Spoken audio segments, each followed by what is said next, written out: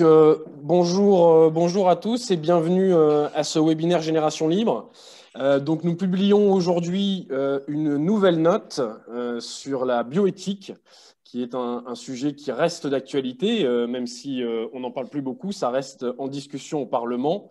Et comme vous le savez, il y a beaucoup de débats et notamment de mobilisation autour de ce texte. Et donc, Génération Libre a choisi d'en discuter grâce à son expert Daniel Borillo, qui est en ligne avec nous et qui a déjà publié plusieurs textes pour Génération Libre, qui est chercheur au CNRS. Et qui va tout de suite nous expliquer le fond de la note. Moi, je voulais juste vous expliquer rapidement pourquoi on a choisi de parler de la bioéthique. Déjà parce que chez Génération Libre, le libéralisme ne se limite pas à l'économie, à la caricature de l'économie, mais nous défendons un libéralisme aussi politique et sociétal. Et la bioéthique est forcément un sujet d'actualité et un sujet très important. Puisque on entend souvent dire mon corps m'appartient, c'est devenu un slogan à la mode, c'est très bien, mais derrière le slogan, il y a des réalités qui font que nous sommes encore très très loin de ce que notre corps nous appartienne de manière véridique. Donc cette note a un double avantage, la note de Daniel. Premièrement, c'est qu'elle revient sur l'idéologie et la façon qu'a la France d'organiser la bioéthique, d'en parler. Daniel Borillo résume ça très bien avec le biodroit et la bioéthique à la française, en expliquant qu'il y a une particularité française qui est que le périmètre de la bioéthique est décidé par des experts, et décidé par en réalité un petit cénacle de gens qui défendent une idéologie, et cette idéologie est de plus en plus en contradiction avec les aspirations des individus. C'est ce qu'on voit souvent. On a tendance à dire que les Français n'aiment pas le libéralisme. En réalité, sur les sujets de société, ils sont libéraux. Les sondages le montrent. Le problème, c'est que le droit est en décalage avec les aspirations des Français, et la bioéthique à la française s'interdit certains sujets au nom de l'éthique, au nom de la morale, alors que les Français sont, par exemple, majoritairement favorables à la GPA ou à l'euthanasie. Et ce sont des sujets qui, malheureusement, ne sont pas abordés dans ce nouveau projet de loi. Donc, Daniel a le mérite d'expliquer pourquoi ils ne sont pas abordés, et en même temps de regarder aussi le texte de loi en expliquant quelles sont les avancées, puisqu'il y en a. Il y a des points positifs dans ce texte de loi, mais il y a aussi des points qu'il souligne qui sont complètement absents. Il y a des angles morts de ce texte et qui sont malheureux, puisque encore une fois, il y a beaucoup de gens qui pensent qu'il faudrait qu'il soit abordé, ou au moins de manière beaucoup plus ouverte, beaucoup plus démocratique, pour faire en sorte que le droit s'adapte. Le droit doit s'adapter aux aspirations des gens, et ça ne doit pas être l'inverse. Donc, ce décalage entre la théorie et la réalité est très bien expliqué. Je vous invite à aller regarder la note. Christophe l'a mis dans le chat à côté. Vous pouvez aussi retrouver un très long interview de Daniel, qui est exceptionnel, dans l'Express de ce jour.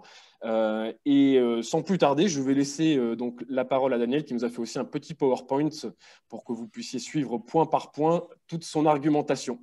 Daniel, c'est à toi. Merci. Merci Maxime pour cette présentation. Merci, je dis bonjour à tous nos amis.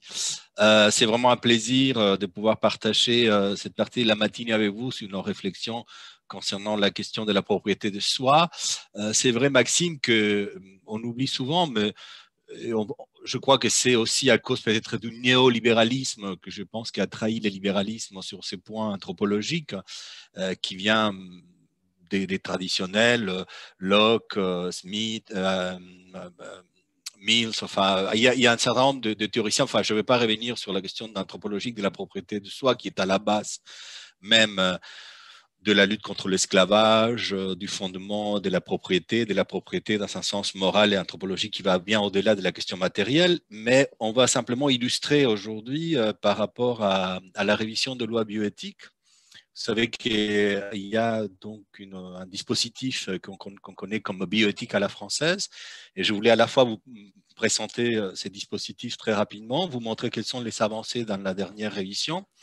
Le dispositif a une cristallisation juridique depuis 1994. Et donc, la dernière révision est de 2020, qui avait commencé en 2018, et normalement, les textes auraient dû être adoptés cette année, mais à cause de la pandémie, je pense que le texte sera adopté bientôt, puisque ça va revenir à l'Assemblée nationale et c'est l'Assemblée qui a la majorité. Donc, je pense que ce que je vais vous présenter, je crois, ça va être effectivement le texte dans l'état définitif.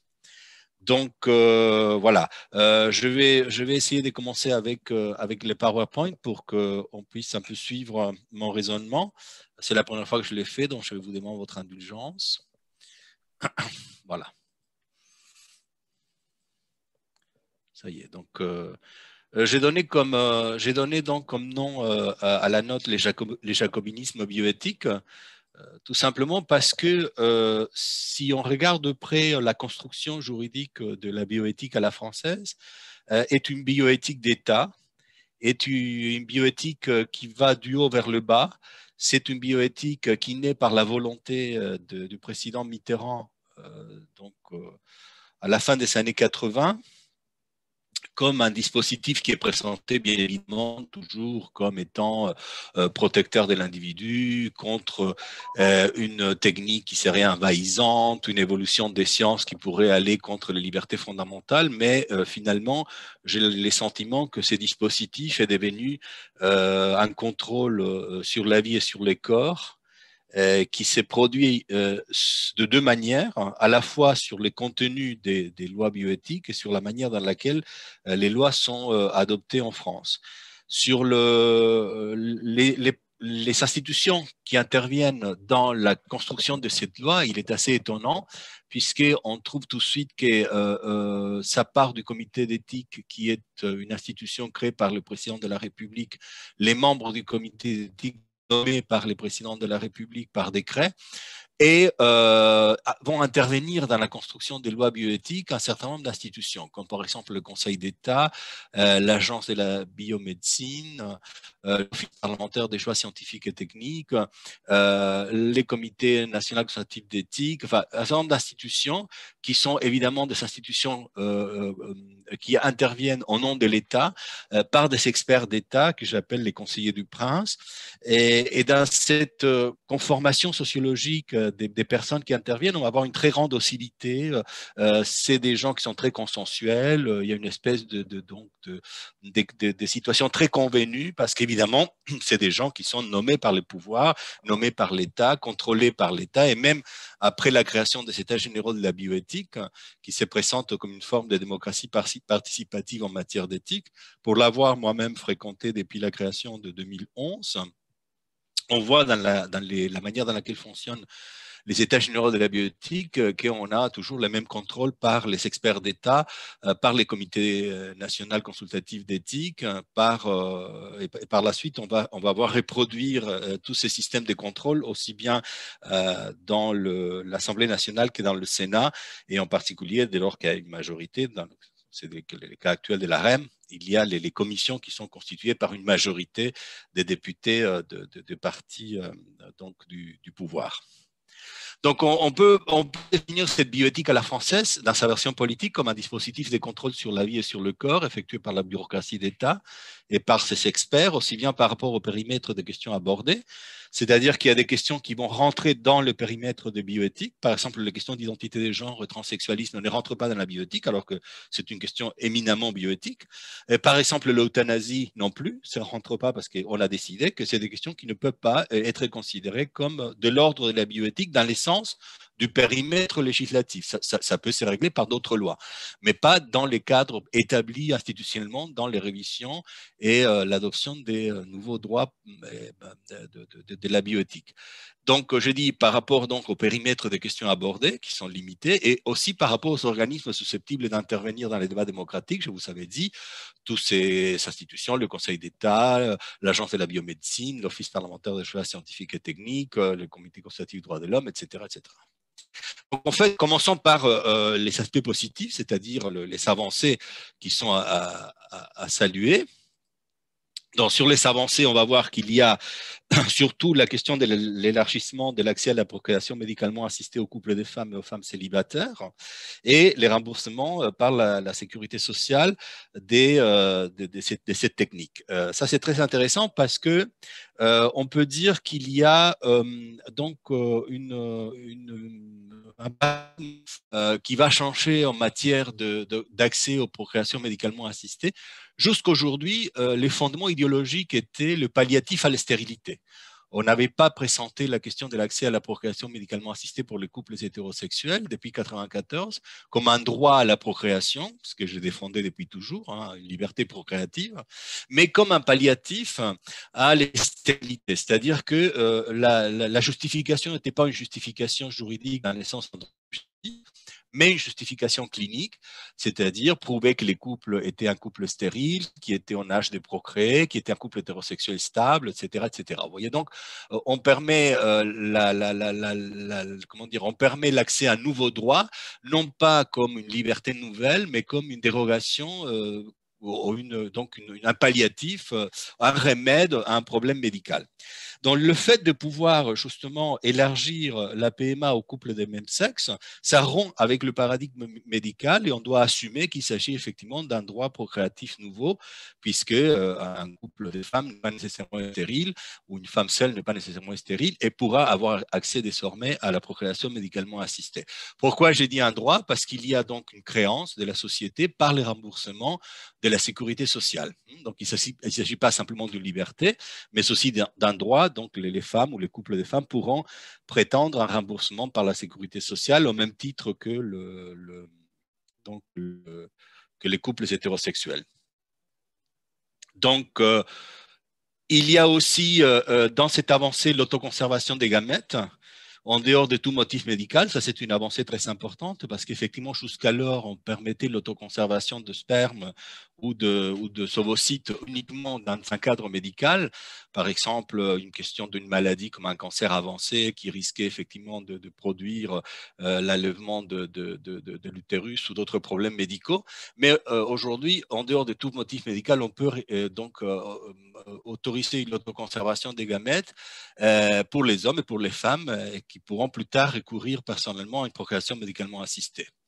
Et enfin, le projet des lois prévoit aussi d'alléger l'encadrement juridique pour les recherches portant sur les cellules souches embryonnaires et les soumettre à une simple déclaration de l'Agence de la biomédecine. Donc, c'est depuis 2011 qu'on a permis la possibilité de recherche sur les cellules souches embryonnaires, mais avec un mécanisme qui était trop bureaucratique et trop lourd. Donc, maintenant, on a allégé, et ça, c'était une avancée importante pour permettre l'évolution scientifique dans la matière.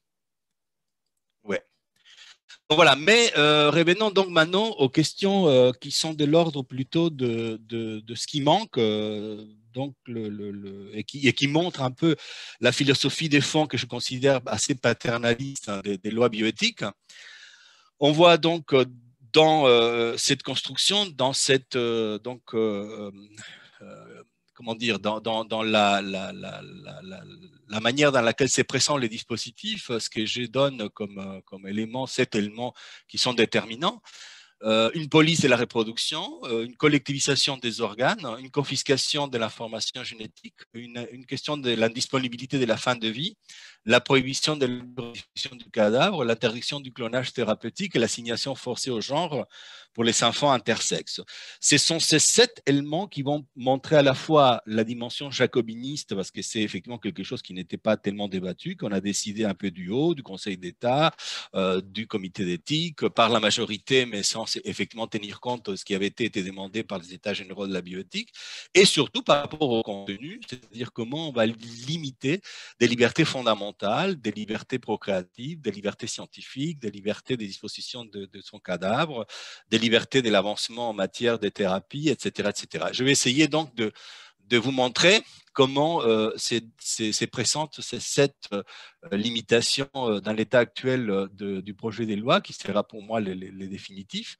Et vous allez voir donc, comment ça se présente dans chaque situation et ce qu'on peut après voir concernant dans chacune de ces étapes. Attendez. Juste une minute, je vais juste fermer une porte qui est ouverte ici dans mon bureau. Excusez-moi. J'en profite juste pour dire à tout le monde que si vous avez des questions à poser, vous pouvez les mettre dans le chat. Vous voyez, je ne crois pas toutes les questions, tout ce que chacun met, mais vous pouvez la mettre. Nous, on les voit et on les transmet à Daniel à la fin qui répondra à vos questions. Voilà. Daniel, je te laisse reprendre la parole. Oui, merci. Alors voilà, je parlais ces 7 situations, donc, que je vais développer une par une maintenant. Voilà, on avait parlé des avancées. Voilà. Donc, commençons par la première des 7 questions qui sont pour moi des limitations de la liberté, et en particulier la liberté procréative, ce que j'appelle la police de la reproduction en matière bioéthique. D'abord et surtout, l'interdiction de la gestation pour autrui. Donc, il est assez étonnant en France qu'il existe une loi sur l'interruption volontaire des grossesses depuis plus de 40 ans et que donc on interdit la gestation pour autrui, je veux dire l'interruption volontaire des grossesses remboursée par la sécurité sociale. Tout se passe comme si, d'une part, une femme était libre de disposer de son corps à condition qu'elle soit enceinte, et d'autre part, elle peut mettre fin à une grossesse, mais elle ne peut pas mener une grossesse à terme pour autrui.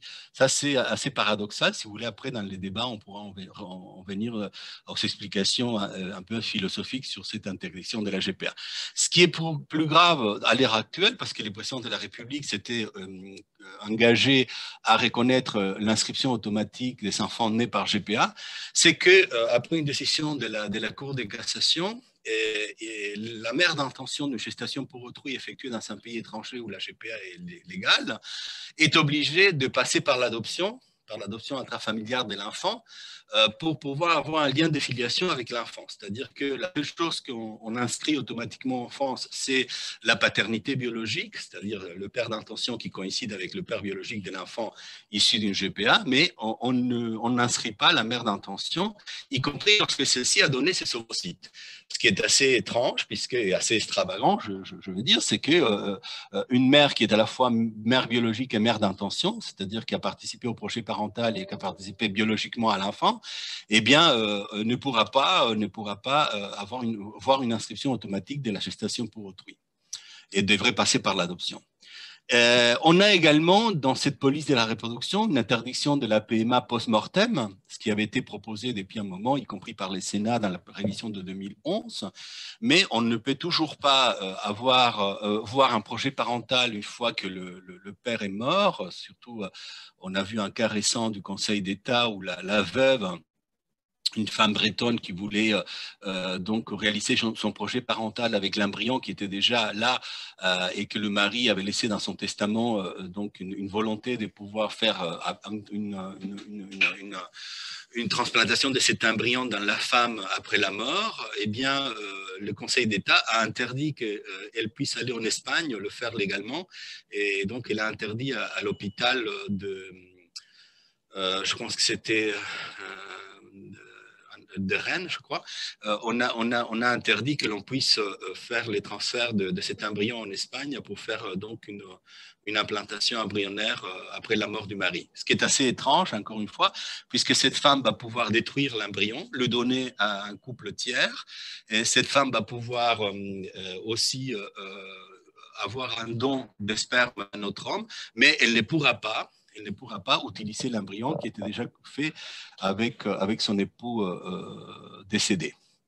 Et également, dans cette police de la reproduction, on voit une interdiction lors du débat parlementaire de ce qu'on appelle la ROPA, la réception de l'ovule du partenaire, c'est-à-dire la possibilité pour un couple de femmes de pouvoir participer corporellement à la fabrication, entre guillemets, de l'enfant, c'est-à-dire qu'une femme va donner l'ovule et l'autre femme va pouvoir porter l'enfant qui n'est pas le sien biologiquement, mais de telle sorte que les deux puissent avoir donc une participation au projet par l'ovule et par la réception dans le ventre. Donc une serait la mère qui porte l'enfant et l'autre la mère dont la gestatrice qui va donner l'ovule. Ça également c'est interdit dans l'état actuel. Une interdiction également de la procréation médicalement assistée pour les personnes transgenres. Et la situation est d'autant plus grave qu'il y a une décision de la Cour de cassation qui a refusé de donner cette qualité de mère à une femme transsexuelle, qui avait gardé quand même la possibilité de pouvoir faire un enfant biologiquement. Et donc, l'enfant se trouve aujourd'hui sans filiation par rapport à la mère transgenre. Et on attend voir ce que va dire la Cour d'appel de Montpellier, à qui on a envoyé la décision de la cassation. Donc, on voit encore une fois qu'il s'agit à la fois d'une limitation de la liberté procréative des personnes transsexuelles, mais aussi, donc, on n'a pas tenu compte de l'intérêt supérieur de l'enfant qui se trouve sans filiation maternelle concernant cette personne transsexuelle. Également, on voit dans cette police de la reproduction une dérogation du droit commun de la filiation pour les procréations médicalement assistées pour les couples de lesbiennes, où on ne veut pas appliquer le même mécanisme que pour le couple hétérosexuel. Donc, il n'y aura pas, dans les cas des couples mariés, une présomption de paternité, et il va falloir passer par un système de reconnaissance prénatale, ce qu'on ne demandera pas nécessairement aux couples hétérosexuels. Donc, interdiction également du diagnostic anténatal des aneuploïdes. Ça, c'est un peu technique, mais enfin, grosso modo, c'est qu'on ne va pas pouvoir, par exemple, faire un diagnostic pour la trisomie 21 avant de pouvoir faire la procréation médicalement assistée et les transferts d'embryons, ce qui est assez incompréhensible parce qu'on pourrait le faire une fois que l'embryon est déjà dans l'utérus de la mère et on pourra faire une IVG, mais on pourrait éviter l'IVG, on pourrait passer par ce type de diagnostic anténatal, mais bon, on a considéré que tout ça, c'était de l'ordre de l'eugénisme et on n'a pas accepté de le faire, ce qui est pour moi assez incompréhensible. Et également une impossibilité de choisir les donneurs des gamètes. On passe par un mécanisme, effectivement, d'anonymat. On ne peut pas choisir son donneur. Ça, c'est pour moi aussi une restriction à la liberté procréative. Et enfin, il y a une chose aussi qui me semble porter atteinte à la liberté des donneurs qui ont fait un don en croyant que les dons étaient anonymes, alors qu'on a fait voter un amendement pour que l'application de la loi soit rétroactive en matière de levée de l'anonymat de donneur. J'espère que le Conseil constitutionnel va considérer ces dispositions anticonstitutionnelles parce qu'il y a des gens qui ont fait un don en croyant qu'ils étaient des donneurs anonymes et maintenant on va venir frapper à la porte des donneurs en appliquant de manière rétroactive la loi bioéthique. Voilà pour ce qui est de la police de la reproduction. Dans le point numéro 2, c'était la collectivisation des organes. Ce qu'on ne sait pas nécessairement, c'est qu'en France, une fois la personne décédée, et si on n'a pas fait une déclaration de refus préalable, donc le don est forcé après la mort, ce que j'appelle donc une espèce d'appropriation publique des organes. L'article L. 1232.1 du Code de la santé publique dit que le prélèvement peut être effectué dès lors que la personne concernée n'a pas fait connaître de son vivant son refus. Donc, c'est-à-dire qu'il y a un consentement présumé au don d'organes et pour ne pas donc considérer que l'organe sera disponible après la mort, il va falloir justement passer par un refus explicite. C'est un registre de refus qu'il faut remplir un formulaire. Mais bon, donc moi, je trouve qu'on devrait faire le contraire, c'est-à-dire qu'on devrait considérer que la personne n'a pas voulu faire un don, puisque si on veut faire un don, on doit l'expliciter. C'est surtout le contraire. Mais comme il y a une pénurie d'organes, je vais revenir parce qu'il y a un lien aussi avec la question du clonage thérapeutique. Comme il y a donc une pénurie d'organes, on considère que les organes sont publics après la mort. Et également, ce que je trouve antilibéral, c'est l'altruisme imposé par la gratuité obligatoire du don entre vivants. Moi, je suis tout à fait d'accord pour que les gens soient altruistes, bien évidemment, mais ce que je trouve assez choquant, c'est que cet altruisme soit imposé et que le don soit nécessairement gratuit, effectivement, qu'on ne peut pas faire circuler autrement. Je vais revenir sur ma proposition de la non-gratuité du don d'organes entre vivants. Également, donc, la confiscation de l'information génétique me semble un dispositif illibéral, puisque je ne peux pas accéder en France à mon ADN, à mon identité génétique, sans que ce soit par l'autorisation d'un médecin dans les cadres d'une recherche médicale ou d'une thérapie ou d'un diagnostic médical, ou par l'autorisation judiciaire, c'est-à-dire la possibilité d'accéder à mon ADN dans les cadres d'une recherche criminelle ou d'une recherche judiciaire. C'est-à-dire que ce n'est pas moi qui ai accès à l'intimité de mon structure génétique, mais c'est le médecin et les juges. Par exemple, la France est le seul pays avec la Pologne qui interdisent l'accès aux données génétiques pour connaître la généalogie. ce qui oblige les gens à passer par des sites plus ou moins sérieux, payer très cher, etc. Et enfin, ce qui me semble, moi, les dispositifs les plus, comment dire, les plus illibérales, les plus contraires aux libertés fondamentales, c'est l'interdiction totale et même la criminalisation de l'euthanasie et du suicide assisté.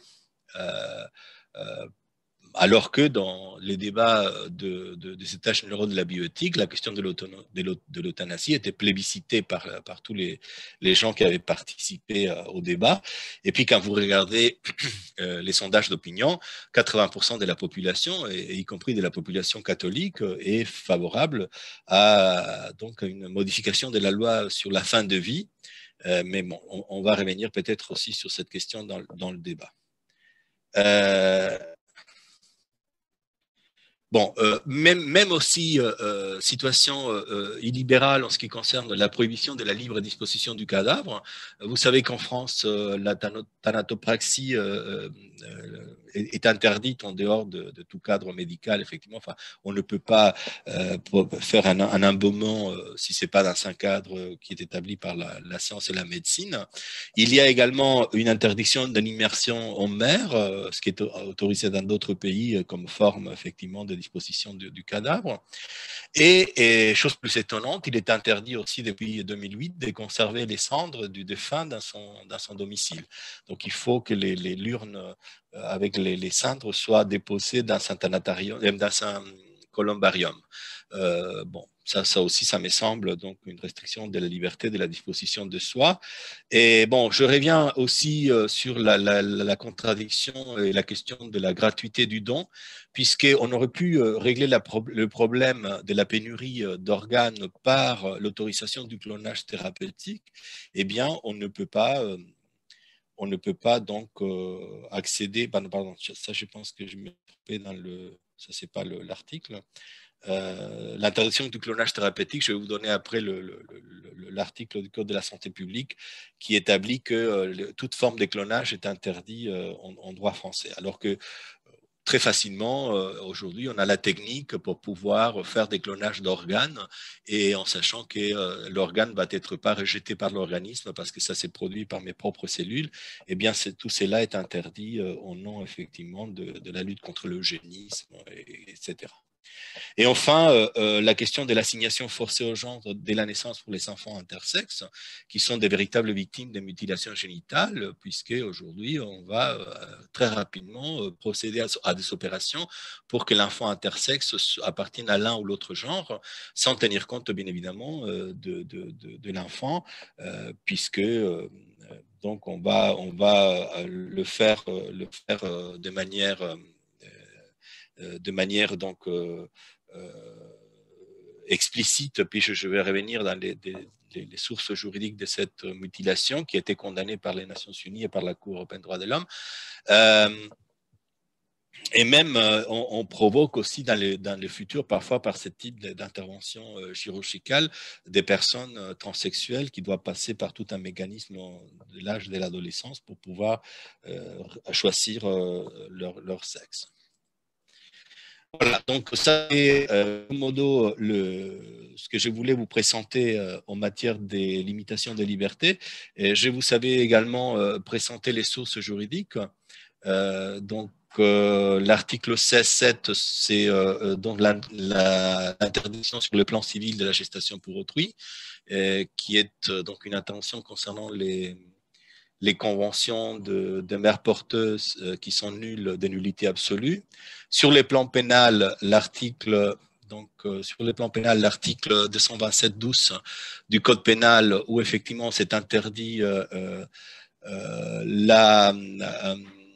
fait de l'intromission, donc la promesse d'une gestation pour autrui sans le nommer. Ce sont des dispositifs pénaux qui ne parlent pas directement de la gestation pour autrui, mais qui peuvent en fait pénaliser directement la gestation pour autrui, à la fois d'un an d'emprisonnement et 15 000 € d'amende, et de 3 ans d'emprisonnement et 45 000 € d'amende également par substitution volontaire d'enfant. Donc, vous voyez que la question est assez grave en France, puisque la personne qui va faire une GPA en France ne va pas simplement risquer civilement la nullité du contrat, mais aussi pénalement l'acte même d'être un intermédiaire ou de faire une substitution d'enfant. Donc, sur la collectivisation des le code de la santé publique qui va établir effectivement qu'il y a le prélèvement pratiqué automatiquement si la personne n'a pas fait un refus de son vivant. Et puis, vous savez, tous les sources juridiques en matière des tests génétiques, d'euthanasie, des suicides assistés et également d'interdiction de la procréation médicalement assistée post-mortem. Enfin, tout ça, je pense que vous pouvez les consulter par la suite. Je vais peut-être m'arrêter là. Et donc, peut-être commencer un débat avec vous sur des questions parce que je voulais simplement vous faire une présentation très générale. Et maintenant, on peut peut-être discuter avec vous sur chacune de dispositions qui me semblent contraires à la liberté de disposer de soi. Merci. Merci, Daniel. Alors, juste pour info, j'enverrai à tous les participants qui étaient inscrits, en tout cas par mail, à cet événement, la présentation PowerPoint de Daniel.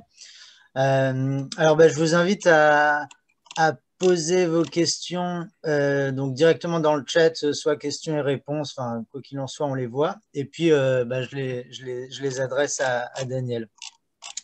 Alors, je regarde depuis le début. Je pense que ça. Alors, je pense que tu l'as déjà un peu expliqué, mais quelqu'un demandait ce qu'était un bébé intersexué. C'est peut-être pas évident pour tout le monde. Bon, ce qu'on appelait avant les hermaphrodites, c'est-à-dire c'est les enfants qui naissent avec le deux sexes, soit d'une manière chromosomique, soit génitale. Donc ça, après, il y a différents types d'enfants hermaphrodites. Bon, la terminologie intersexe est une terminologie scientifique.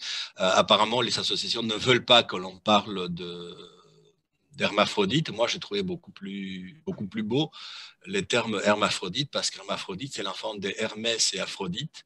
Et donc, c'était l'enfant qui était tellement magnifique et tellement beau pour la mythologie grecque. Il y avait les deux sexes, le sexe d'Hermès et le sexe d'Aphrodite. On n'est plus dans une société, comment dire, encore amoureuse de la tradition antique et grecque, et on utilise un terme qui vient de la, comment dire, de la science allemande intersexe. Ok, alors ensuite, deuxième question. Alors, la question est posée comme ça. Un couple de lesbiennes sourdes doit-il pouvoir s'adresser à un donneur sourd pour donner naissance à un bébé sourd? Et il y a derrière un lien, un cas d'école, un article du Guardian. Je ne sais pas si ça te... Non, oui, je connais, mais en France, on peut pas le faire.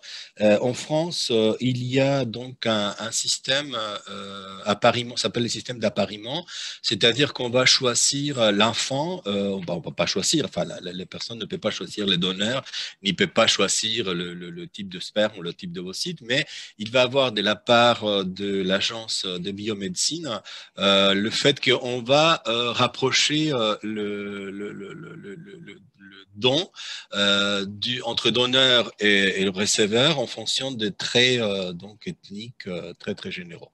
Donc on ne va pas donner donc un sperme par exemple d'un donneur noir à une femme blanche ou d'un donneur asiatique à une femme je sais pas méditerranéenne. Enfin, mais c'est simplement un appariement ethnique très très général. On ne peut pas après tenir compte des caractéristiques comme la couleur des yeux, comme enfin, la surdité à l'occurrence ou les maladies.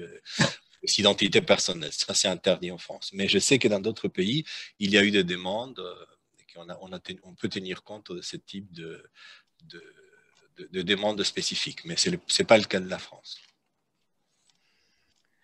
Alors ensuite, une question que je vais lire entièrement, elle n'est pas trop longue. Bonjour, d'après vous, l'une des causes de ce jacobinisme bioéthique n'est-elle pas à retrouver dans la politisation du concept même d'éthique? Je fais référence notamment au beau travail de Dominique Mémy sur le CCNE. Elle s'arrête sur la différence qui peut paraître seulement sémantique, mais qui me semble en réalité lourde de sens, entre éthique et morale. Elle dit que l'éthique est un espace tautologiquement construit par ses promoteurs. L'expression de jacobinisme bioéthique n'est-elle donc pas dans le contexte français un pléonasme? Ceci dans la mesure où en France, l'État a construit et acquis une forme de monopole de l'éthique légitime. Merci énormément de cette intervention éclairante. Oui, oui, tout à fait. Oui, les travaux de Dominique Mémy ont bien montré ce qu'elle appelle le magistère bioéthique, c'est-à-dire comment on a construit une forme effectivement de contrôle par les experts des questions bioéthiques, et aussi le fait pour moi que je n'aime pas les termes bioéthiques, on devrait utiliser plutôt les termes biodroit, puisque donc il y a une séparation entre la morale et le droit, entre la morale et l'éthique. La morale, c'est du fort intérieur. Les droits, c'est une expression donc de régulation de la vie commune. Et c'est vrai que peut-être c'est un pléonasme, mais bon, je voulais quand même l'expliciter parce que c'est étonnant. On parle toujours de l'exception française comme une grande avancée en matière de régulation bioéthique. On se présente un peu comme un modèle international. Et moi, je trouve ces modèles un modèle assez autoritaire.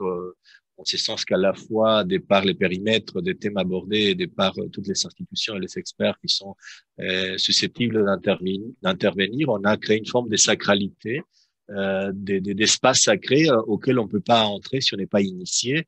Et je trouve que ça montre un peu un déficit démocratique. Je crois que les travaux à la fois de Dominique Mémy et aussi de Dominique Mel ont bien montré que il y a une forme en fait des sacralités qui consistent à soustraire toutes ces questions des profanes et la laisser dans les mains des conseillers du prince. Okay. Retour sur la question, sur le cas d'école du couple de lesbiennes sourdes. La question étant, en tout cas de celui qui la pose, est-ce que c'est pas la question, est-ce que c'est juridiquement possible, mais est-ce que c'est éthiquement acceptable? Moi, personnellement, je trouve ça un peu aberrant, mais peu importe mon opinion personnelle, puisque c'est ma morale personnelle. Mais toujours est-il qu'aujourd'hui, il est fort probable qu'un couple de lesbiennes qui sont malentendantes, s'ils ont la possibilité de se reproduire biologiquement, ils vont donner naissance à un enfant sourd. Je crois que la réalité, c'est justement le contraire. Ce qu'essaye de faire un couple, c'est d'éviter la malformation ou éviter la transmission d'une pathologie. C'est ça ce que je vois en 99% des cas. Alors, si après, c'est 1% des cas dont une personne veut absolument avoir un enfant dans cette condition, enfin, moi personnellement, je trouve ça un peu bizarre, mais bon, c'est leur vie privée. Enfin, ça fait partie de la privacy. Enfin, s'ils tiennent à le faire enfin, je sais pas, je trouve ça la question un peu, je sais pas, quelle est l'essence de la question? C'est dire que si on laisse faire les gens des choses aberrantes, l'État devrait les interdire de le faire, c'est ça? Je sais pas, ou on peut le voir aussi comme qu'est-ce qu'il y a de mal à avoir un enfant malentendant ou sourd? On va voir la réaction de la personne qui a posé la question. Oui, je te dirai si une réaction vient. Alors, nouvelle question.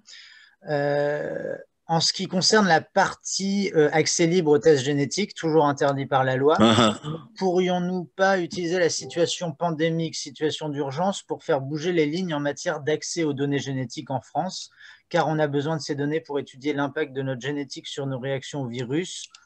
Toute l'industrie de la génomique, je continue à lire mondiale, a appelé les citoyens ayant des données génétiques à les partager avec leur statut Covid pour accélérer recherche et découverte sur le SARS-CoV-2 avec développement thérapeutique et vaccins à la clé. En France, cette industrie est inexistante pour cause de blocage par la loi et les Français ayant les données génétiques les ont obtenues sous le manteau et se font discrets sous peine de sanctions pénales. On devra donc se contenter des études génétiques américaines, anglaises ou chinoises qui, pour beaucoup, ne seront que peu représentatives du brassage génétique ethnique que nous avons en France. Triste. Oui.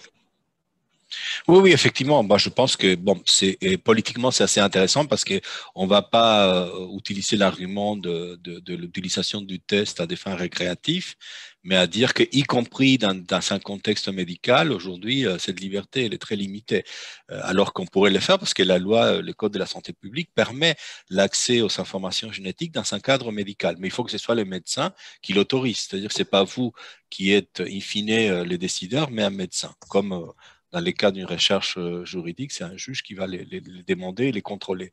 Mais c'est vrai que, y compris dans ces cadres médicaux, aujourd'hui, il y a une limitation en matière d'accès aux tests génétiques. Mais moi, j'avais pensé plutôt aux utilisations, par exemple, récréatives, comme la connaissance de la généalogie ou des choses comme ça.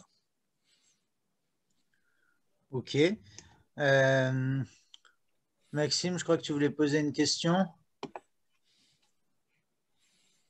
Alors, on ne t'entend pas, il faut juste que tu actives le micro. Voilà. Oui, Daniel, je voulais juste te poser une question. Selon toi, quel est le pays qui, en fait, correspondrait le mieux à l'antithèse du modèle français, finalement? Est-ce que tu as des exemples comme ça de pays qui savent organiser la bioéthique de manière beaucoup moins paternaliste et moins dans les mains de l'État? Voilà, c'était ma question. Oui, bah, il y en a beaucoup.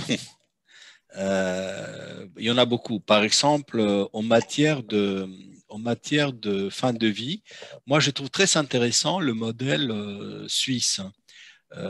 D'une part, parce que c'est un modèle très décentralisé, donc ça dépend beaucoup des cantons. Il y a beaucoup de cantons qui ont autorisé les suicides assistés. Et puis parce que c'est un modèle qui est, à mon avis, très, très intéressant, parce que c'est un modèle qui n'est pas médical. C'est-à-dire que le suicide assisté en Suisse n'est pas le monopole des hôpitaux. Et d'ailleurs, on ne passe pas par l'hôpital pour le suicide assisté. Donc, le suicide assisté est une fin de vie qui passe par des organisations non gouvernementales, par des associations comme le 3 pour mourir dans la dignité, et un tas d'associations suisses qui sont des associations des militants pour la fin de vie choisie, et puis avec une très forte participation de la famille et des amis.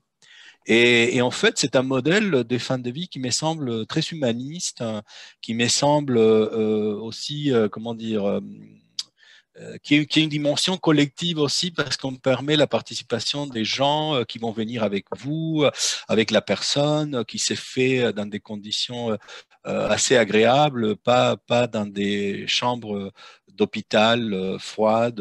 Donc ça, par exemple, le modèle suisse de suicide assisté me semble très intéressant. Bon, mais ça, effectivement, c'est très limité. Parfois, il faut passer par l'euthanasie active, comme c'est le cas de la Belgique ou de Pays-Bas, où effectivement, là, on le fait à l'hôpital. Hein. Ça, c'est aussi, bon, il y a des situations auxquelles on peut pas s'en passer de l'hôpital. C'est le cas de ces pays-là. Je pense à la Belgique et aux Pays-Bas et au Luxembourg. Et puis, bon, ça en matière de fin de vie. Et puis, en matière de gestation pour autrui, moi, je l'avais mis dans mon ouvrage sur la famille par contrat, le modèle de service de gestation pour autrui. Moi, ce que je trouve très intéressant, c'est le modèle californien, puisque c'est un modèle de gestation pour autrui qui est un modèle à la fois très libéral, puisque on laisse une très grande liberté des donneurs de sperme, des donneurs d'ovocytes, de rapport avec la mère, la femme porteuse, et puis après on va suivre tout ça aussi avec une très grande liberté tout au long du parcours de gestation pour autrui, et contrôlé par le juge, parce qu'à la fin, donc, il y a toujours une homologation judiciaire, donc il n'y a pas d'abus. Pour le cas de la femme porteuse, souvent la femme porteuse est du même milieu social, sinon encore plus aisée que les parents d'intention, parce qu'elle ne doit pas donc gagner sa vie en tant que mère porteuse. Elle doit déjà avoir des enfants pour ne pas donc faire un enfant pour une question psychologique et personnelle. Ça. Donc effectivement, c'est un système qui me semble pouvoir montrer que l'on peut passer par un service de la procréation très contrôlé. Le seul inconvénient du système californien, c'est que c'est assez cher. Mais bon, on pourrait imaginer un modèle d'agence pour la gestation pour autrui qui permette de rémunérer les gens de manière moins onéreuse, que tout le monde puisse avoir accès à ce type de techniques procréatives. Donc, le Royaume-Uni aussi est très avancé dans ces matières, en matière de GPA, mais la GPA au Royaume-Uni est gratuite. Puis il y a d'autres systèmes comme la Grèce en matière de GPA, Israël, où il y a y compris donc comment dire, une autorisation religieuse en Israël sur l'accès à la gestation pour autrui. Et donc, bon, mais on est même, moi je pense là, je viens de faire un commentaire d'une décision de la Cour de cassation italienne qui a eu lieu en 2019 et qui maintenant est d'application obligatoire parce qu'il n'y a pas eu d'intervention législative. La Cour de cassation italienne vient de légaliser les suicides assistés en Italie, donc, même dans un pays très catholique, par des juges qui sont eux-mêmes issus d'une tradition très très catholique. Mais comme c'est des gens qui savent qu'il faut régler des problèmes concrets des gens, bon, on a en Italie aujourd'hui la possibilité d'un suicide assisté, ce qui est impensable en France. En matière de PMA, par exemple, l'Espagne est très développée aussi, puisque les couples des femmes et les femmes seules continuent à aller en Espagne pour les procréations médicalement assistées. Donc, l'Espagne est très avancée. La loi espagnole sur l'accès à la PMA pour les femmes seules, c'est de 1988. Donc, ça fait plusieurs années que ça existe en Espagne. Et là, je vais vous donner cette demande de cette femme bretonne qui voulait se faire implanter son embryon, la veuve qui voulait faire l'implantation embryonnaire à Barcelone. Et ben, le Conseil d'État l'interdit de le faire. Donc, le clinique de Barcelone fonctionne très très bien. Il y a beaucoup de Françaises qui partent à Barcelone pour faire des PMA ou pour faire des implantations embryonnaires. Alors, peut-être deux questions que je peux mettre en rapport. Juste, il y en a une qui a disparu. Voilà. N'est-ce pas exagéré de parler de... Mince. Oula, pourquoi ça saute ? N'est-ce pas exagéré de parler de gestion autoritaire quand dans le même temps, certains pays constitutionnalisent la notion même de famille ? Et j'en mets une deuxième en même temps. Ça va un peu avec. Sur... J'arrive pas à le retrouver. Voilà. En lien avec votre marque, qu'entendez-vous par jacobinisme? Pourquoi ce terme est-il particulièrement adapté à la politique bioéthique en France? Alors, je n'ai pas très bien compris la première question. Est-ce que c'est, j'imagine que la personne demande si c'est pas exagéré de parler de gestion autoritaire de la bioéthique en France quand d'autres pays, à l'inverse, constitutionnalisent la notion même de famille. J'imagine que la personne a en tête la Russie, la Pologne. Ah, des pays où on définit voilà. Constitutionnellement ce Il y a que un c'est que la mouvement famille. inverse dans ces pays où il n'y avait même pas forcément une définition, je ne sais pas, de la famille. Ah oui, non, mais Un tout à père, fait. une mère. Oui, tout à fait. Non, mais enfin, je dis un peu autoritaire en ce sens que, par exemple, on va pas donner les mêmes droits, on va pas pouvoir avoir accès aux mêmes droits en matière de procréation médicalement assistée, des gestations pour autrui, des transferts d'embryons, de procréation post-mortem. Bon, bien évidemment, c'est pas comparable à la situation de la Pologne où il n'y a même pas droit au couple homosexuel d'avoir droit à l'union civile. Enfin, la Pologne se trouve même en situation, enfin, c'est même pas en conformité à ce que demande le pape François. Enfin, vous voyez, c'est vrai que on est loin de cette situation où la Hongrie, mais bon. Mais moi, je considère que on devrait se comparer à la Belgique, à la Suisse, aux Pays-Bas, à la Californie, au Royaume-Uni, plutôt qu'à d'autres pays. C'est par rapport à ces pays que le système français me semble tout de même assez autoritaire, en ce sens que l'État connaît mieux que nous-mêmes ce qui est bien pour nous. Et puis après, la deuxième partie de la question, c'était? Alors, l'autre question, c'était qu'entendez-vous par jacobinisme? Pourquoi ce terme est-il particulièrement adapté à la politique bioéthique en France? Mais à la limite, si je puis me permettre, j'ajoute ma propre question sur.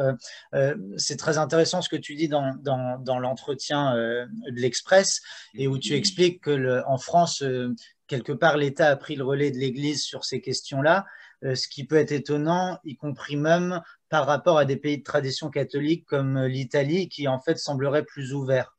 Donc voilà. Ouais. Oui, moi je parle de jacobinisme biotique parce qu'en fait, si vous voulez, la France est le premier pays qui a établi un dispositif global, juridique, politique, à la fois des thèmes abordés, des thèmes qu'on ne peut pas aborder, des institutions qui doivent intervenir obligatoirement, des experts qui sont donc appelés à participer ou pas. Donc il n'y a pas d'autre pays au monde où la bioéthique soit à ce point encadrée, construite juridiquement et venant de la volonté, à l'occurrence d'un président de la République, où toutes les institutions sont des institutions centralisées, des institutions de l'État, et des institutions où les personnes sont nommées par décret présidentiel. Enfin, vous voyez, c'est de ce point de vue qui est très centralisé. C'est une bioéthique du haut, qui regarde du haut de ces institutions la situation des individus, contrairement à ce que je pourrais imaginer une bioéthique moins jacobine, c'était une bioéthique qui accompagne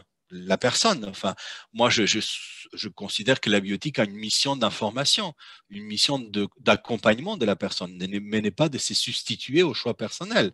Je crois que ce qui est important, c'est d'éclairer un choix, que la personne puisse avoir absolument l'information et qu'elle puisse savoir quelles sont les conséquences d'une décision vitale, mais pas qu'une fois la connaissance déployée, compris, informé, que l'État se substitue à la personne dans ses choix vitaux, ce qui est le cas en France.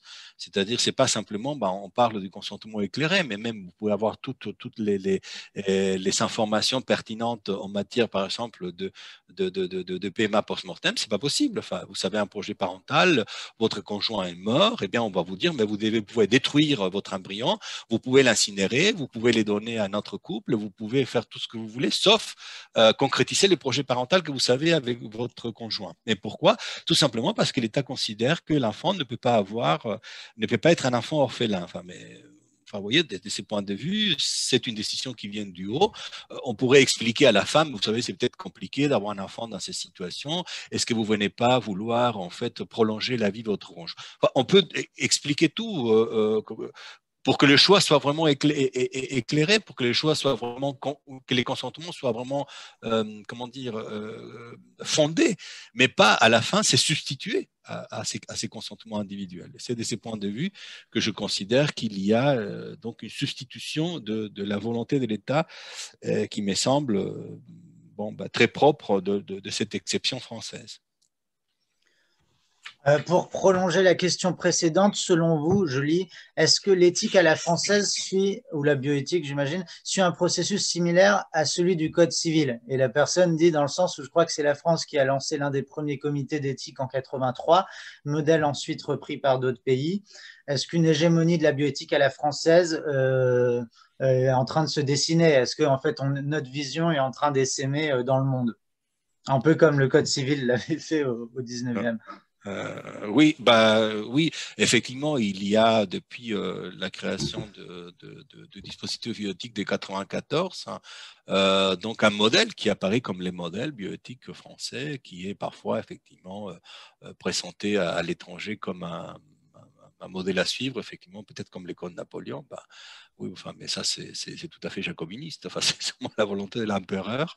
Donc, peut-être comparer effectivement le système bioéthique. J'aurais pu appeler bioéthique bonapartiste plutôt que jacobiniste. Je sais pas. Mais c'est vrai que c'est vrai que c'est exporté. C'est très bien vu dans des pays où il y a une volonté, où l'État intervient de manière très très forte sur ces questions qui relèvent pour moi de la vie privée. Mais bon, c'est comme ça.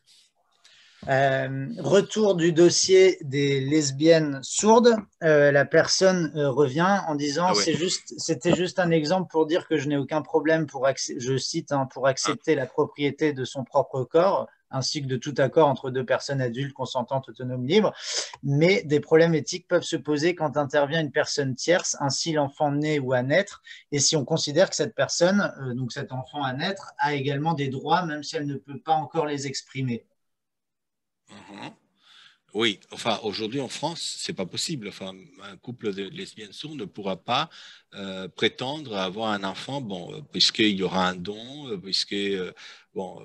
il y a, par rapport à la surdité, il n'y a pas de contrôle parce que, j'avais pensé plutôt à la trisomie. Là, on ne laisse même pas faire ce type de contrôle.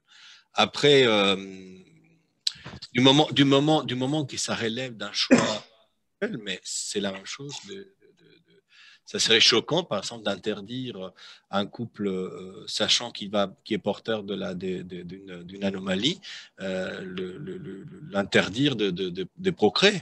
Donc, pourquoi ça serait immoral dès lors que cette personne peut le faire de manière naturelle, et ça serait pas et ça serait moral dès lors que les personnes doivent demander une technique externe pour pouvoir procréer. Donc après, moi personnellement, comme j'ai dit, dans une bioéthique de l'accompagnement, on pourrait expliquer que c'est compliqué après pour un enfant, que c'est très cher parce qu'il n'y a pas d'établissement en France suffisamment spécialisé dans ce type de cas, enfin que c'est compliqué pour la vie scolaire, tout ce que vous voulez. Mais une fois que vous savez tout expliqué, que les personnes ont compris quelles sont les conséquences d'un choix, mais après, ça revient à la personne de faire le choix définitif. C'est pas à l'État à se substituer à ces choix-là. Après, on peut se demander aussi la question de savoir si l'enfant pourrait porter plainte vis-à-vis de ses parents. C'est les cas Perruche, l'affaire Perruche. Donc, peut porter plainte du fait d'avoir fait venir au monde un enfant qui, à l'occurrence, c'est pas la surdité, c'est un enfant qui était hautement handicapé. Bon, est-ce que l'enfant après pourrait effectivement porter plainte? Ce n'est pas le cas en France. Il y a des pays où l'enfant pourrait après par la suite porter plainte vis-à-vis de ses parents qui l'ont fait venir au monde avec un handicap.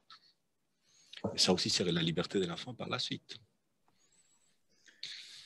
Quelqu'un qui regrette, je cite, la bien-pensance génétique française, rappelant que, que cette bien-pensance ne supporterait pas l'aspect récréatif, se demande, constatant au vu des rapports parlementaires, que en fait, j'imagine donc nos hommes politiques maîtrisent assez mal l'art de la collecte des données génétiques, se demande comment faire en sorte qu'ils entendent davantage des experts plutôt que, je cite, des conseillers rétrogrades ou mal renseignés. Donc, comment être davantage au Parlement? Et ça rejoint une autre question qui est est-ce que des éléments manquants à la loi sur la bioéthique en cours d'étude, si j'ai bien compris, donc effectivement la révision des lois de bioéthique, la nouvelle révision des lois de bioéthique est aujourd'hui bloquée au Sénat, c'était celle sur laquelle s'appuie l'analyse de Daniel.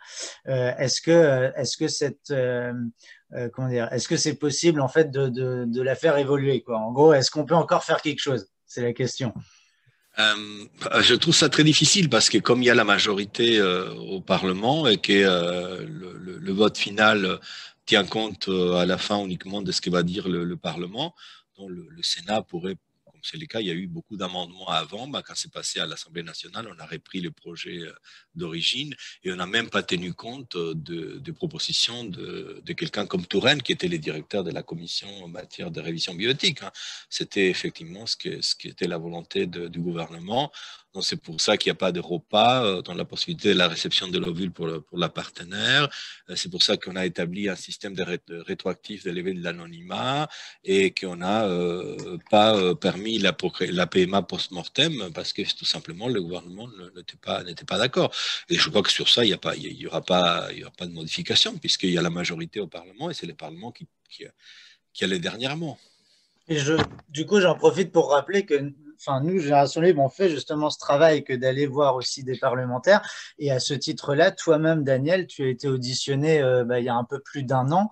Je ne sais plus si c'était en commission, mais en tout cas, c'était avant la première lecture du texte à l'Assemblée, où tu avais justement pu exprimer ta vision. Je crois que c'est Coralie Dubost, c'était la députée Coralie Dubost qui t'avait invité. Donc, on fait ce travail-là d'envoyer nos experts et nos très bons experts comme Daniel dans le cadre de discussions préalables au vote des textes de loi. Mais effectivement, on est aujourd'hui dans le cadre d'un mouvement majoritaire présidentiel. Donc, ce qui est voté suit à peu près ce qui est décidé à l'Élysée. D'autres questions là-bas. Le problème, finalement, de tout ça, est-il pas la question des externalités? Demande quelqu'un. La liberté n'est-elle pas possible que si on a une prise en charge des coûts que notre choix entraîne? C'est un peu général, on imagine plein de choses, j'imagine. Oui, j'imagine c'est par rapport au coût de la GPA, peut-être, non? Enfin, en tout cas, pour la procréation médicalement assistée, c'est acquis, puisque c'est remboursé par la sécurité sociale. Oui, il y a eu un très gros débat, vous vous souvenez, entre la première adoption de la loi d'IVG et puis après, entre dépénaliser et considérer qu'il y a un droit. C'est vrai que du moment qu'il y a un droit, il y a la notion de créance. Et la créance, c'est toujours la société qui prend en charge. Bon, pour la PMA, il y a eu un débat. On aurait pu choisir une prise en charge personnelle pour les femmes qui souhaitaient avoir un enfant par PMA, mais ça serait discriminatoire vis-à-vis des couples hétérosexuels parce que, en fait, l'argument de la stérilité est un argument qui est juridiquement très faible, puisque j'ai regardé et il y a très, très, très peu, pratiquement, il n'y en a pas de couples stériles. Il y a des personnes stériles dans le couple, mais il suffit que les couples changent. Pour que les couples soient plus stériles. Donc, à ce moment-là, comment on pourrait justifier le fait qu'on rembourse par la sécurité sociale alors qu'il y a très, très peu de couples stériles?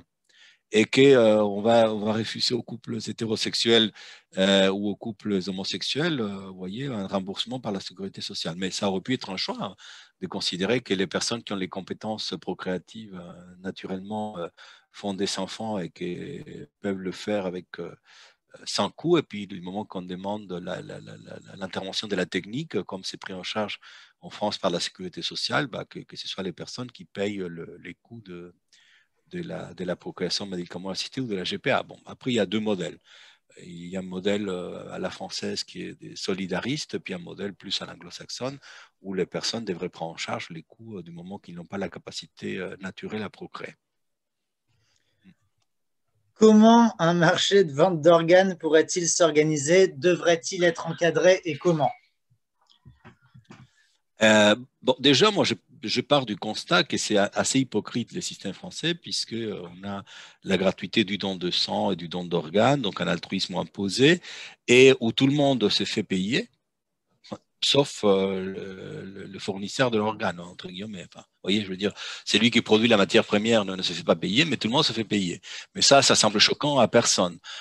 Parce qu'on parle de l'altruisme, du don, etc. Mais bon, je sais pas, on peut peut-être le faire non pas par un mécanisme uniquement de marché, mais par un contrôle, comme il existe une agence de l'adoption, une agence du don. On peut aussi imaginer une agence de la greffe et du don d'organes où la personne donneuse puisse se faire rémunérer, non pas par un prix du marché, mais par exemple par un prix établi comme une forme de dédommagement ou quelque chose comme ça. Mais enfin, moi, ce qui me semble choquant, c'est d'une part qu'on interdit le clonage thérapeutique pour régler le problème de la pénurie d'organes, et d'autre part qu'on impose la gratuité. Vous voyez, donc mais cette gratuité ne s'applique pas à tous les intermédiaires, à tous ces gens qui bénéficient, qui se font payer en tant que médecin, en tant qu'administration, en tant que multinationale, en tant que pharmaceutique, etc.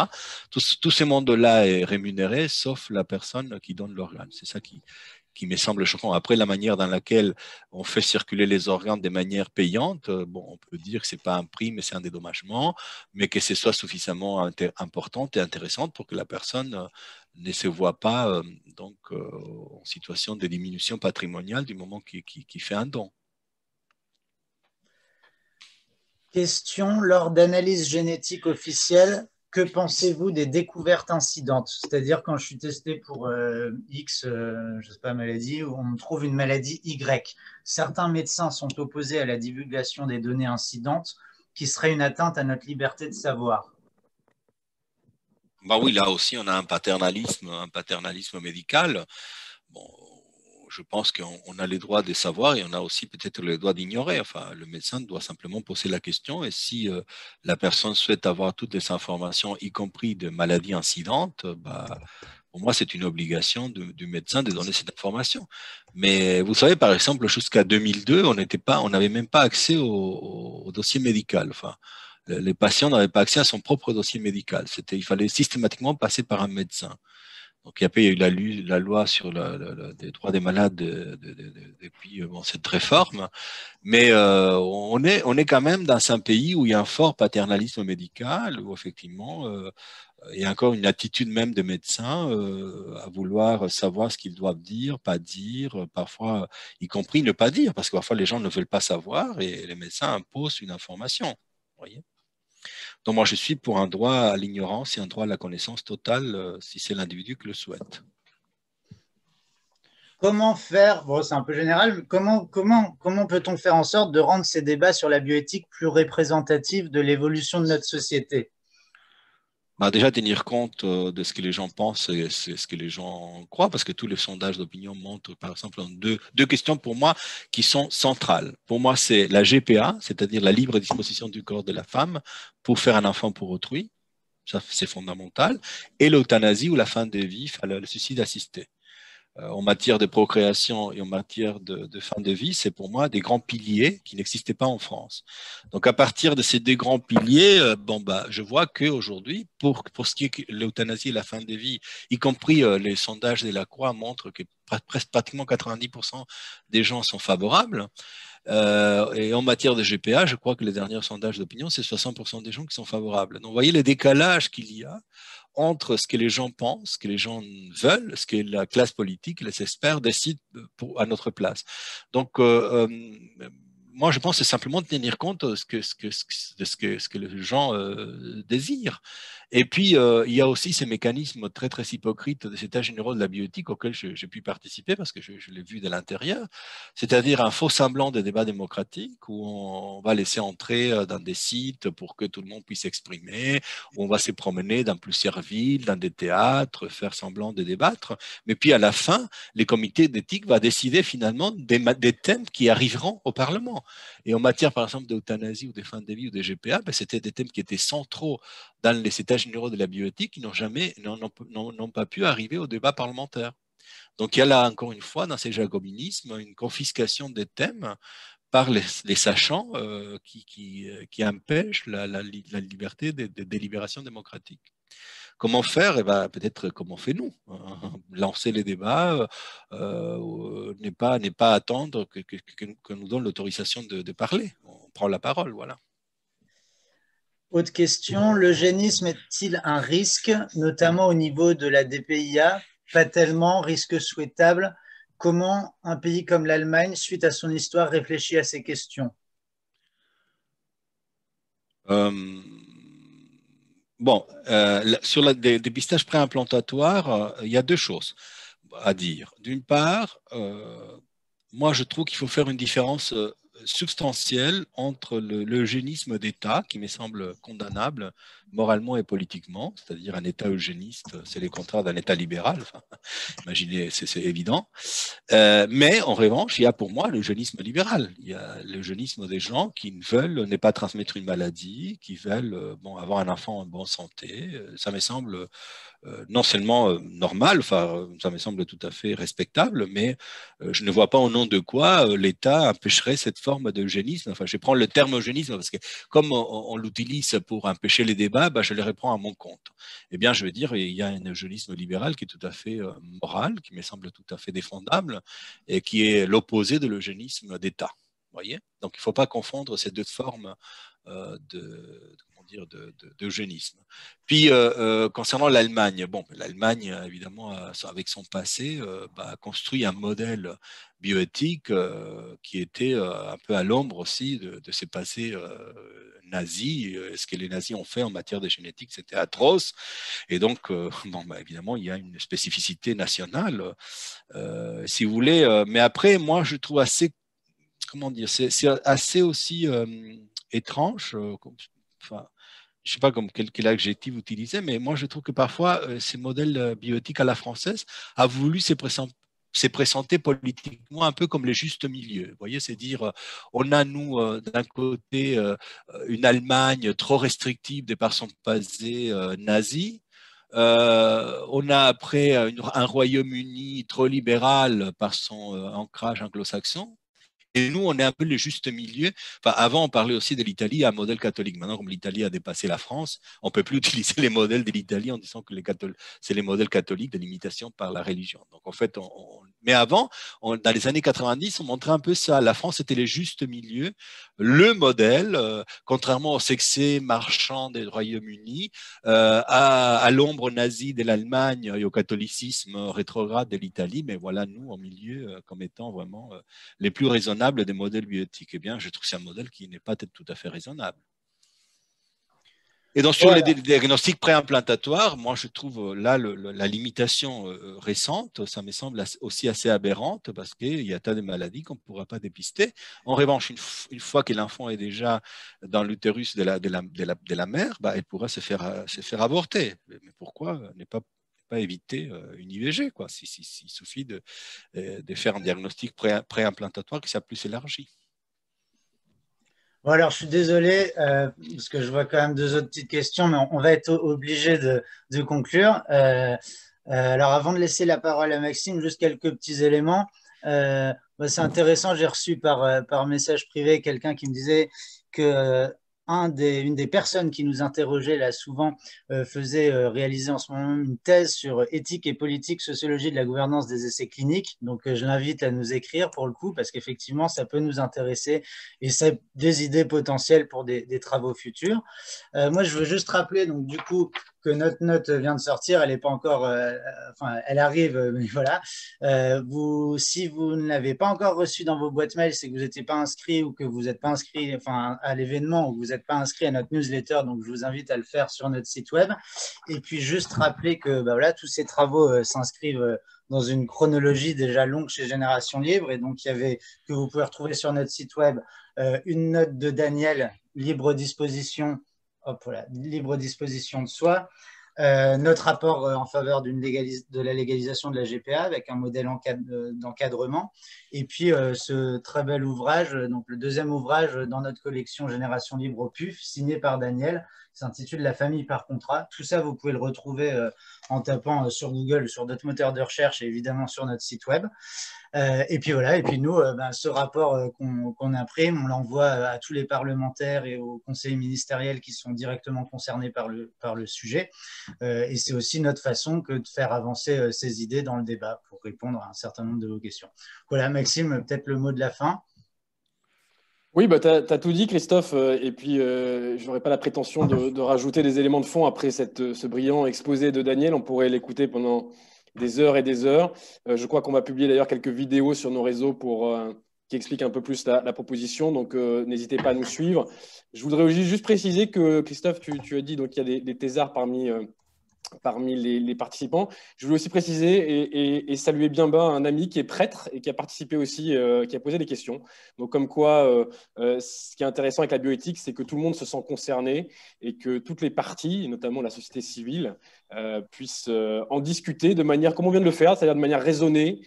Souvent, c'est un peu trop passionné et les gens ne s'écoutent pas ou ne le font pas vraiment de manière bienveillante. Et donc, j'apprécie beaucoup le fait qu'on ait pu ici le faire pendant 1 heure et quart avec du fond, avec des argumentations. Qu'on soit d'accord ou pas avec la position de Daniel, donc la note que nous partageons bien sûr, il est très important, je pense aujourd'hui en France, de discuter, de savoir en parler tous ensemble et de pouvoir comprendre les différences et d'où parlent les autres. Donc, j'espère en tout cas que c'est ce que nous avons réussi à faire pendant 1 heure et quart. Pour approfondir, n'hésitez pas à venir nous suivre sur les réseaux. Si vous avez des questions additionnelles pour Daniel, on pourra aussi les lui transmettre. Et j'espère rencontrer tous ceux qui sont spectateurs à nos futurs afterwork quand la Covid sera passée. On croise les doigts. En tout cas, voilà, merci beaucoup à tout le monde. Merci beaucoup à Daniel. Et à très bientôt pour les prochaines publications avec Génération Libre. Au revoir. Merci à tous.